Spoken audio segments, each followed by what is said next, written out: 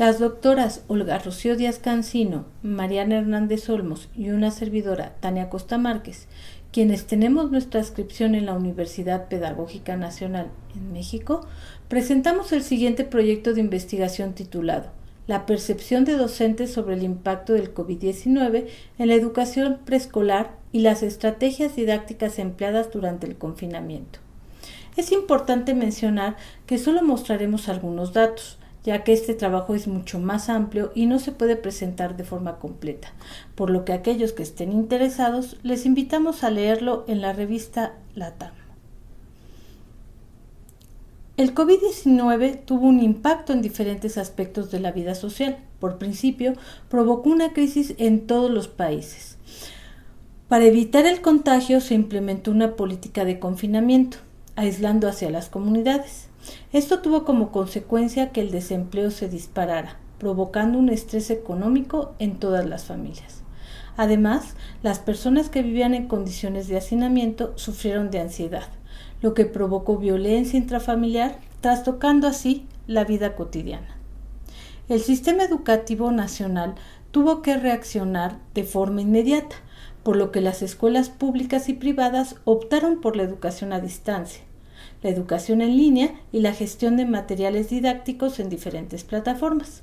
En el caso de la educación a distancia, la Secretaría de Educación Pública en México presentó el programa Aprende en Casa, el cual se transmitió en un inicio por Internet y televisión. Este programa consistía en una serie de cápsulas en las que se fueron presentando los contenidos de cada uno de los niveles educativos, correspondientes a preescolar, primaria y secundaria, que en nuestro país forman parte de la educación básica. Las escuelas privadas y algunas escuelas públicas optaron a su vez por la educación en línea, instaurando aulas virtuales y usando diferentes plataformas para contactar a los alumnos, estableciendo de esta forma una comunicación bidireccional. Asimismo, gestionaron los materiales educativos a través de Classroom y Moodle, entre otros repositorios digitales. Las docentes evaluaron a partir de la interacción con los alumnos en el aula virtual y con entregas de actividades que subían a estas plataformas. No obstante, en México se presentó una gran problemática, la brecha digital, por lo que muchas familias no tuvieron acceso al programa Aprende en Casa. Es importante anotar que esta falta de cobertura de la red tuvo un impacto en el 22.7% de las familias que residían en zonas urbanas y 49.6% en comunidades rurales. Es por ello que al comenzar el ciclo escolar 2020-2021 se adaptaron los guiones de televisión al radio y se realizó la transmisión de este programa en el Sistema Radiofónico Nacional. Resulta importante observar algunas características de las TIC y su uso en la educación virtual. Aria y Borras mencionan que, en el caso de los centennials, esta población ya forma parte de los nativos digitales, ya que toda su vida han estado familiarizados con los dispositivos y las plataformas de las TIC. En este sentido, esta cercanía les permite comprender este tipo de lenguaje, el cual para muchos forma parte de su vida cotidiana. Sin embargo, esto no significa que estén alfabetizados digitalmente. Por su parte, Rifkin propone la teoría de la comunidad proteica, misma que se distingue de la sociedad de la imprenta en diferentes aspectos. Estos pueden ser intérpretes creativos y sentirse confortables en los entornos digitales. No obstante, adolecen de un pensamiento crítico y están acostumbrados a un entorno de consumo, por lo que no conocen ni están familiarizados con la propuesta educativa digital. En el caso de Lipovetsky, este filósofo menciona que actualmente estamos anclados en una sociedad narcisista, en la cual lo único que se busca es satisfacer nuestros deseos, estableciendo con los otros una serie de relaciones utilitarias, por lo que se transgrede la cultura colectiva. Estos aspectos son importantes tomarlos en cuenta, y más si pensamos que los pequeños que están en el nivel preescolar se encuentran en el estado preoperacional, como menciona Piaget, el cual se caracteriza por estar vivenciando una fase egocentrista. Como se mencionó anteriormente, el COVID-19 y la crisis por confinamiento trajo como consecuencia una serie de trastornos, entre ellos de tipo emocional. lo que afectó a los estudiantes en su desempeño escolar. Matute denomina a esta problemática como sesgos cognitivos.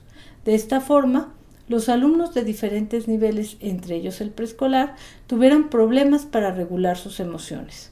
En algunos casos sufrieron de acoso en el entorno familiar, lo cual se tradujo como consecuencia que vivieran situaciones de violencia con sus padres, sus hermanos o incluso compañeros de la escuela, mientras estaban en las clases virtuales, lo cual afectó sus habilidades tanto de aprendizaje como de socialización. De esta forma, la finalidad de este estudio fue analizar el uso que las docentes del nivel preescolar le dieron a las TIC, la eficiencia del programa Aprende en Casa y el uso del aula virtual. Por otro lado, se buscó conocer cuál era el estado emocional que las profesoras detectaron en los niños en las clases virtuales y el impacto que tuvo en su desempeño escolar, así como el papel que tuvieron madres, padres y tutores de los alumnos durante el confinamiento. Para ello se optó por una investigación de enfoque cualitativo, la cual se realizó con base en la fenomenología hermenéutica, buscando de esta manera rescatar la experiencia de los docentes de preescolar para comprender mejor lo que ocurrió durante la crisis de confinamiento por COVID-19. Para ello, se configuró un cuestionario que sirvió como guía para realizar entrevistas estructuradas a 33 alumnos de la licenciatura en preescolar, que a su vez trabajaban como técnicos educativos en diferentes escuelas de preescolar. La muestra fue no probabilística y de conveniencia. La mayoría de los docentes dio clases en escuelas privadas de la Ciudad de México. Contaban con un promedio de antigüedad docente de 9 años y atendieron aproximadamente a 15 alumnos por grupo. Las plataformas que emplearon estas docentes fueron videoconferencias y videos de YouTube con 75.8% en ambos casos, materiales didácticos virtuales con 72.7%, WhatsApp y videollamadas personales con 69.7%, audios con 54.5% y fotos con 51.5%. Por su parte, se comparten algunas opiniones sobre la eficiencia de las estrategias didácticas implementadas en la escuela. Considero que esta fue muy acertada, ya que los niños y las niñas pudieron continuar en la medida de lo posible con su rutina. Esta estrategia les ayudó tanto académica como emocionalmente. En algunos casos sí, en otros no, ya que no se contaban con los equipos necesarios para poder conectarse a las clases. No, porque no hubo interacción con los niños y la participación fue muy poca por parte de los padres de familia. Como puede observarse, la mayoría de las profesoras consideró que el programa Aprende en Casa fue totalmente ineficiente o ineficiente con un 42.4%. Por su parte, 45.5% manifestaron que fue mediocre y solo 12.1% consideró que este fue eficiente. Algunas de las opiniones de las docentes fueron las siguientes. Los contenidos no llamaron la atención de los niños, fueron poco dinámicos. Se llevaron las clases muy parecidas como si los alumnos hubieran estado en presencial. Fueron programas que no cubrían las necesidades de cada uno de los niños, pues cada niño tiene diferentes formas de aprender. Asimismo, las docentes opinaron que el programa Aprende en Casa no fue el más propicio para que los alumnos lograran aprendizajes significativos, ya que 27.3% opinaron que este fue malo y 57.6% lo catalogaron como mediocre. Solo 15.2% de las maestras consideró que este fue bueno para que los niños pudieran apropiarse del conocimiento que se estaba presentando. Respecto a las emociones que las profesoras pudieron observar en el momento de realizar las clases virtuales, estas comentaron que sus alumnos mostraban frustración con 63.5%, enojo con 45.5%, ansiedad con 39.4%, apatía con 36.4%, indiferencia y tristeza, ambos con 33.3% y miedo con 27.3%. A continuación, se presentan algunas declaraciones de estas profesoras. Afectaron enormemente, a tal grado de no hacer tarea, no ponían atención, lloraban, apagaban su cámara, se levantaban de su lugar y se iban o simplemente no continuaban con la clase. Las emociones de los niños afectaron porque los niños las externaban. Por ejemplo, si entraban enojados o tristes, no prestaban atención a las indicaciones y preguntaban constantemente si la clase ya iba a terminar. Si los niños estaban contentos, esa actitud ayudaba a prestar atención, seguir indicaciones, realizar actividad física y completar sus trabajos y participar en sus repasos continuos. Respecto a la participación de las madres, padres o tutores, 21.2% de las docentes opinó que esta fue negativa. 33.3% mencionó que los padres fueron indiferentes ante el proceso educativo que sus hijos estaban viviendo en casa. 30.3% opinaron que esta fue positiva y solo 15.2% consideró que fue muy positiva, por lo que resulta claro que hubo diferentes implicaciones de estos actores, siendo distinto el compromiso que mostraron con los pequeños. Se rescatan las siguientes opiniones al respecto.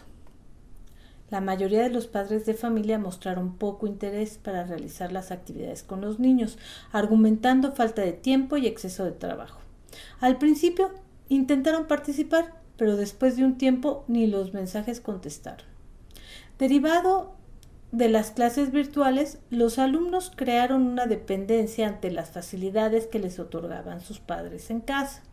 Esto por brindarles las respuestas de los ejercicios indicados, ser alimentados en la boca en horas de clase, presentarse en pijama o simplemente ignorar las indicaciones por parte de los docentes. Algunas de las conclusiones que se pueden rescatar de esta versión resumida son: fue evidente el impacto que la brecha digital tuvo para un sector de la población del país al no tener acceso a las plataformas educativas. Se hace evidente la necesidad de mejorar las estrategias didácticas digitales, sobre todo en lo que respecta al programa Aprende en Casa, el cual resultó ineficiente ya que se basó en replicar las clases presenciales en televisión, sin contar con la diversidad de alumnos existentes, optando por un sistema unidireccional de transmisión. Las clases virtuales y el contexto que vivieron los pequeños durante el confinamiento tuvo como consecuencia que surgieran emociones como frustración, enojo, ansiedad y apatía, entre otros. Algunos maestros pudieron observar la falta de compromiso de madres, padres o tutores en el apoyo a las actividades educativas de los hijos. Esto se debe a que muchos tenían carga de trabajo y no prestaban atención a las clases que tomaban los chicos, o por otro lado, no les daban la libertad para participar libremente, los regañaban o los apoyaban de más, restándoles la posibilidad de realizar sus actividades de forma independiente, como acontece estando en clases presenciales. Este periodo de confinamiento trajo consigo algunas consecuencias en los alumnos, como fueron la pérdida de autonomía y habilidades sociales, así como retrocesos en motricidad y lenguaje. Agradecemos su atención y esperamos que este estudio sea de utilidad para comprender la problemática que se vivió durante el confinamiento por COVID-19 en materia educativa. Muchas gracias.